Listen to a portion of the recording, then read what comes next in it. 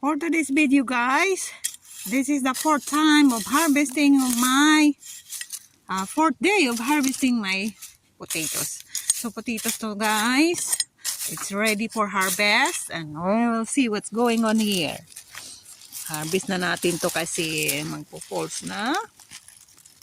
Ayan, ang hirap pang bunutin.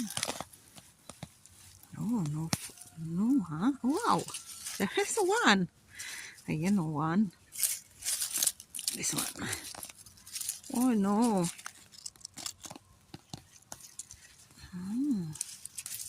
We'll see. Oh, ayan.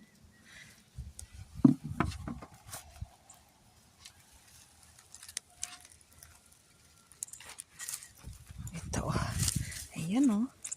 Nagsisiksikan sila sa maliit na butas. Ayan o.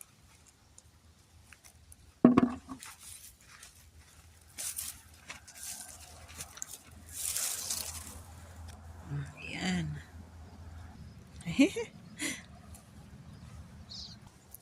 Ayan o.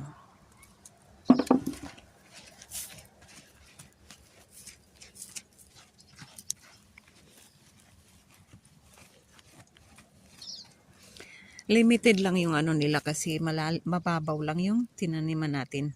Morning! Uy!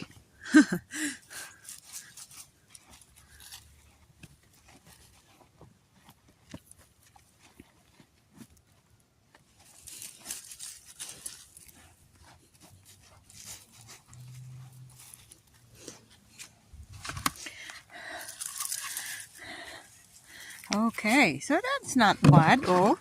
Diba? Ayan, next guys, ito. Ayan.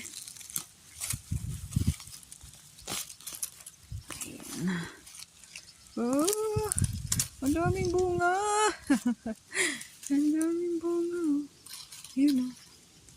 Ayan, ito. Ay, maliliit yung bunga niya. Ayan, kakay-kayo natin. Ayan.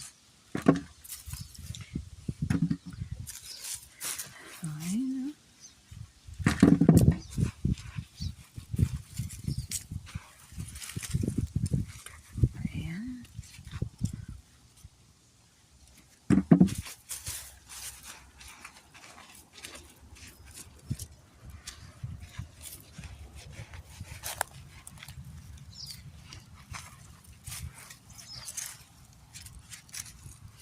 Ayan, kukunin natin yan. Ayan. Yung mga maliliit. Ayan. Potatoes din yan, mga maliliit, guys. Kinukuha din namin yung mga maliliit.